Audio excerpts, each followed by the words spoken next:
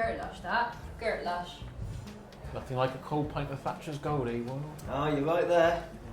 Who would have thought 30 years ago we'd be sitting in the King Arthur drinking pints of Thatcher's Gold after having headlined a Glastonbury festival? Yep, in them days, we'd be glad to have rotten cheap price of lagers. Warm half pints of lager. Without any crisps or peanuts. Or lager. In a filthy cracked glass. We never used to get glasses. We used to have to steal from the waste trays under the taps when the barman wasn't looking. Best we could manage was to drink from the ashtrays, cigarette butts and all. But you know, being the old band, we were happy in those days, despite being a poor and hideously unpopular blues revival act. Because we were poor and unpopular. My old dad used to say to me, that ain't working, it's money for nothing. And we had no money. He was right, you know. We were happier then and we had nothing. We used to drive around in this beat-up old tour bus with only a one-man sleeping bag between us. Bus?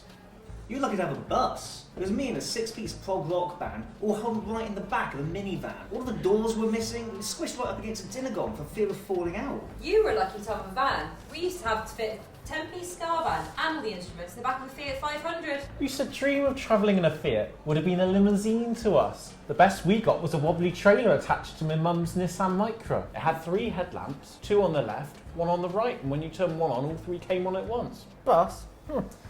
Well, say bus. It was really an Asda shopping trolley that we never returned. But it was a tour bus to us. We couldn't afford the £1 for a shopping trolley. Could have stolen my dad's wheelbarrow, and had a wheel missing. You were lucky to get a wheelbarrow. I was once in a 23-piece orchestra and on the piano trying to grab passing vehicles as they went by to get to this dilapidated amphitheatre.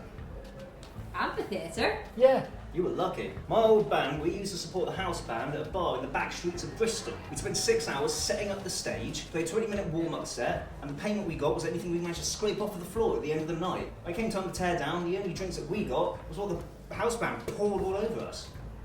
Luxury. We used to have to perform 3 nights a week doing 9-hour sets at a dive bar in Bath Spa. There was a target pit behind us. The only money we got was what the audience would throw at us. And at the end of the set, they would storm the stage, steal our instruments, and steal our money.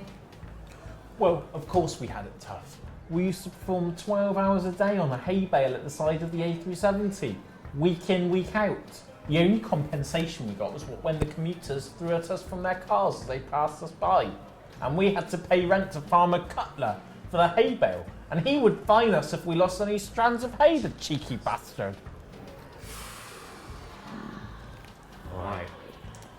We were contracted to do 8 days a week, stood knee-deep in a compost heap, perform a 26-hour set list starting at 5 p.m, half an hour before the previous one ended, reimburse the field owner for wear and tear on his compost, and when we were done, the audience would beat us half to death singing "Don't Stop Me Now" if we were fucking lucky.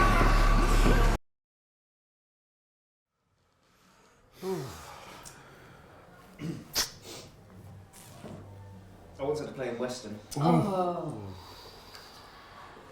But if you tell the aspiring musicians that today, they won't believe you. No. No.